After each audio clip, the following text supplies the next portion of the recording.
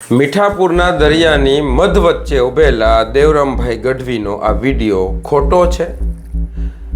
દેવરામભાઈ મીઠાપુરના 2.5 kilometre અંદર દરિયામાં જઈ અને તમને આ 3 તારીખનો વિડીયો દેખાડી રહ્યા છે અને એમાં કહી રહ્યા છે કે આ કેમિકલ છે। શું આ વિડીયો ખોટો છે?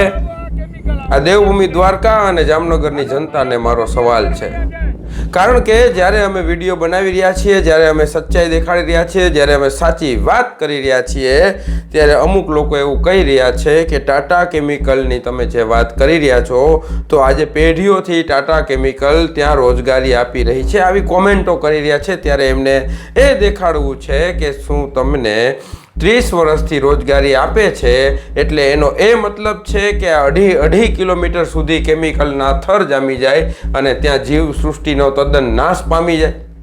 તમે એવું ઈચ્છો છો કે આ દરિયાઈ સંપત્તિ આપણી પાસે છે એ સંપત્તિ પૂરેપૂરી ખતમ થઈ જાય? શું તમે એવું ઈચ્છો છો કે ત્યાં જે માછીમારો જે છે, જે પોતાનો વ્યવસાય ચલાવે છે આટલા વર્ષોથી, અને ભારત દેશને એના વ્યવસાયથી ઘણી બધી મદદ થઈ રહી છે, સૌરાષ્ટ્ર આખાને માછી ઉદ્યોગથી ખૂબ નફો થઈ રહ્યો છે, એ મચ્છી ઉદ્યોગ પૂરું ખતમ થઈ જાય? જ્યારે અમે આ વિષયની વાત કરી રહ્યા હોઈએ છીએ ત્યારે અમે જામનગરના સાંસદને સવાલ એટલા માટે કરી રહ્યા છીએ કે આ દરિયાઈ પટ્ટી જે છે આખું કેન્દ્ર સરકારની સુરક્ષાની અંડરમાં આવે છે, તો જ્યારે સાંસદને આ સવાલ એટલે થાય કે આ જવાબદારી જામનગરના સાંસદની જ છે અને ત્યાંના ધારાસભ્ય ભૂભા માણેકની છે। જ્યારે અમે જામનગરના સાંસદની વાત કરી રહ્યા છીએ ત્યારે અમુક કોમેન્ટ એવી આવી રહી છે કે તમે માત્ર પૂનમબેન જ દેખાય છે। હા, અમને માત્ર એટલા માટે પૂનમબેન દેખાય છે કે સનાતન સત્ય સમાચારનું જે મેન ઓફિસ છે એ અમે જામનગરથી ચલાવી રહ્યા છીએ અને જામનગરના મુદ્દાઓ જ્યારે આવે છે ત્યારે એમાં જામનગરના સાંસદની જવાબદારી બને છે અને એ જવાબદારીને અમે લોકો સુધી પહોંચાડીએ છીએ અને એ જવાબદારીને અમે સાંસદને પણ યાદ કરાવીએ છીએ, કારણ કે અમને ખબર છે કે અમારો વિડીયો સાંસદ ખુદ જુએ છે।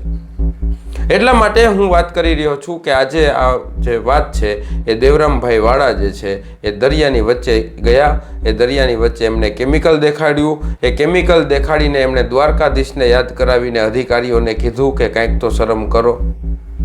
તમે એવું કહો છો કે દેવરામભાઈ વાળા ખોટો છે, દેવરામભાઈ ગઢવી ખોટા છે?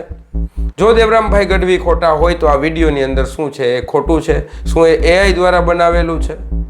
જો એ ખોટા છે તો હજી અધિકારીઓ ક્યાં જતા રહ્યા છે? જાઓ અધિકારીઓ, આવો અમારી સાથે અને દેવરામભાઈ ગઢવીને બોલાવી અને ફરીથી એ દરિયાની અંદર એ કેમિકલ સુધી જે એની બોટ પહોંચી છે એ બોટ સુધી જઈએ। 2.5 કિલોમીટર સુધી દેવરામભાઈ ગઢવી જઈ રહ્યા છે। હજી આગળ તો સમુદ્ર કેટલો ખરાબ થઈ ગયો છે અને જીવન સૃષ્ટિ, દરિયાઈ જીવ સૃષ્ટિનો કેટલો નાશ થઈ ગયો છે એ અકલ્પનીય છે। કિલોમીટર હશે અંદર।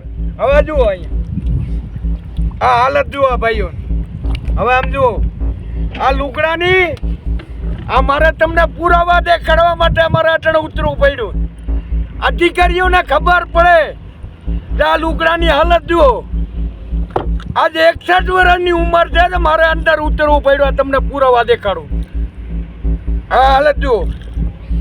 અરે ભાઈઓ, આનું વિઝિટ કરો, જીપીસીપી વાળા બીજા જિલ્લામાંથી ચડાવો અને બીજા જિલ્લાવાળા વિઝિટ કરશે તો એનો પર્દાફાશ થાય। હવે આજુ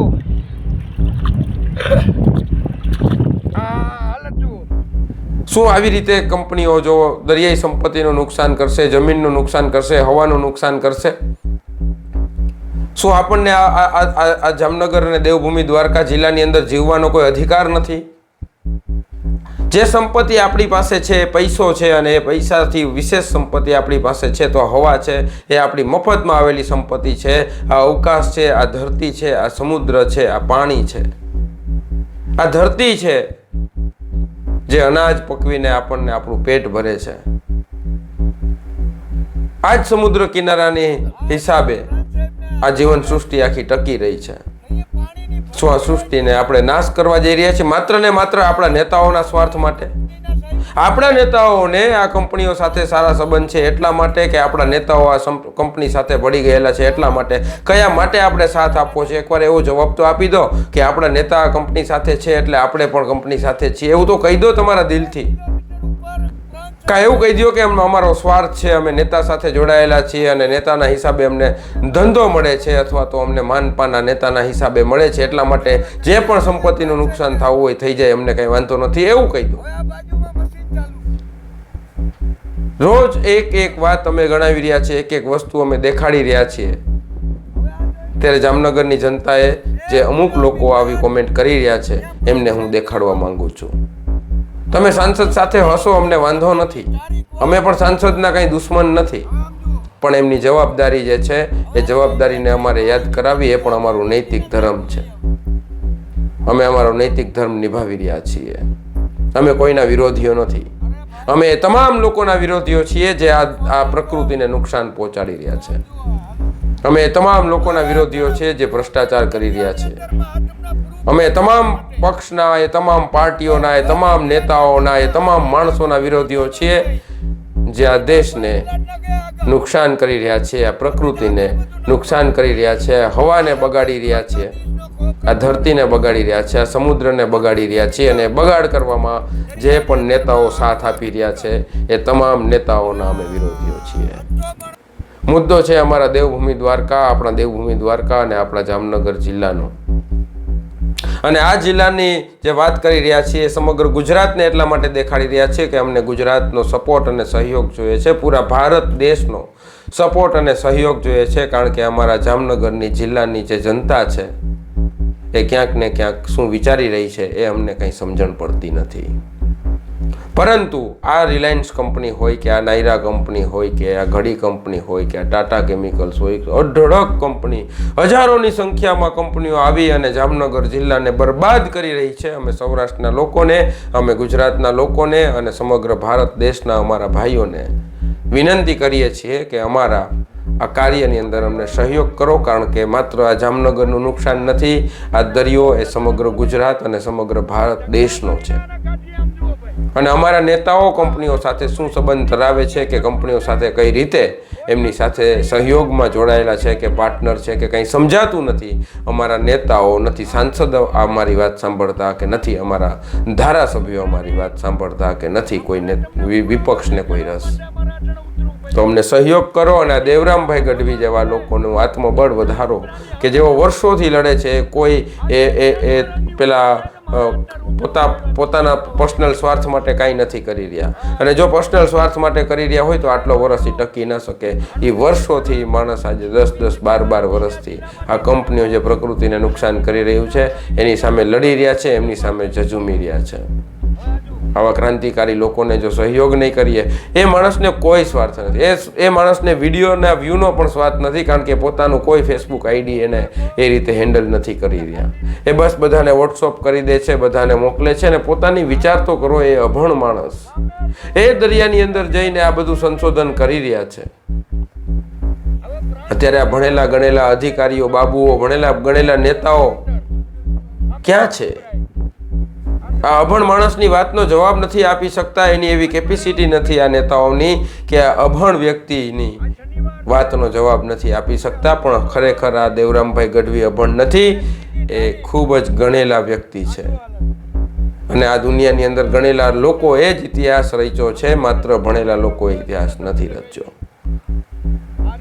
ભણેલે હોવું એ દેશ માટે સન્માનીય છે, ભણવું એ શિક્ષણ મેળવવું એ આપણા રાજ્ય માટે, આપણી સમાજ માટે, આપણા દેશ માટે જરૂરી છે. પરંતુ આજે આ ગણેલ માણસ દેવરામભાઈ ગઢવીએ દેખાડી દીધું કે એમની વાતનો કોઈ પાસે જવાબ નથી. એ માણસ કહી રહ્યા છે કે શું હું ખોટો છું? દેવરામભાઈ ગઢવીને કેટલું ટોર્ચર કર્યું હશે આ કંપનીવાળાઓએ અને કંપનીવાળાના કોન્ટ્રાક્ટરોએ ને આ નેતાઓના ચાપલુસી કરનાર વ્યક્તિઓએ કે માણસ દરિયાની વચ્ચે ઊભા એમ કહી રહ્યા છે કે શું હું ખોટો છું? હું દેવરામ ગઢવી ખોટો છું? જુઓ આ કેમિકલ, જુઓ આ કેમિકલ. સેમ્પલો લઈ જાય, મીઠા માલમાં બદલાવી નાખે. હવે આ સેમ્પલ, આટલા પુરાવા અમે દેખાડી. હવે આ કોર્ટ સિવાય બીજો કઈ ઉગાર નથી મારા બાપ. એવી નંબર હરજ આ મારી હાલત. આ તમને પુરાવા બસ એ વિષય પર જ વાત કરી છે. આ વિડીયોને તમે જુઓ કઈ રીતે દેવરામભાઈ ગઢવી સંઘર્ષ કરી રહ્યા છે. ત્યારે પબુભા માણેક હોય કે જામનગરના સાંસદ પૂનમબેન માડમ હોય, કેમ આ વિષય પર ચર્ચા નથી કરી રહ્યા? કેમ આ વિષય ઉપર વાત નથી કરી રહ્યા, કેમ આ વિષય પર જવાબ નથી દઈ રહ્યા? અમે જે વાત કરી રહ્યા છીએ અમારી વાત નથી, આ દેવભૂમિ દ્વારકા અને જામનગર જિલ્લાની વાત છે. તો જામનગર જિલ્લાના લોકોને તમે કેમ આ વાતનો જવાબ નથી આપી રહ્યા કે આ જે દરિયાની અંદર જે વસ્તુ છે એ શું છે, એ સાચી હોય, સારી હોય, દરિયાની સંપત્તિને ફાયદારૂપ હોય એટલા માટે તમે નખાયું હોય તો એમ જાહેરાત કરી દો કે આ કેમિકલ અમે એટલા માટે નાખ્યું છે કે આવતા સમયમાં આમાંથી ફૂલ ઉગવાના છે, કે આવતા સમયમાં આમાંથી પૈસો ઉગવાનો છે. શું ઉગવાનું શું છે એમાંથી? જણાવી તો દો, જનતાને તો ખ્યાલ પડે.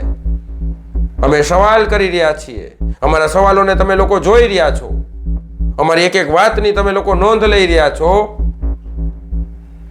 તેમ છતાંય તમારું અભિમાન અને અહંકાર એ અમારી સામે નથી, એ જામનગર જિલ્લાની જનતા અને દેવભૂમિ દ્વારકાની જનતાની સામે તમારું અભિમાન છે. અમે જે સવાલ કરી રહ્યા છીએ જનતાના સવાલો છે, અને આ દેવરામભાઈ ગઢવીની એક એક વાતનો તમારે જવાબ આપવો જોઈએ, ઉત્તર આપવો જોઈએ, અને ત્યાં ફટાફટ કામગીરી કરાવવી જોઈએ. બસ મિત્રો, વિડીયોને શેર કરજો, લોકો સુધી પહોંચાડજો. જય હિન્દ, જય સનાતન.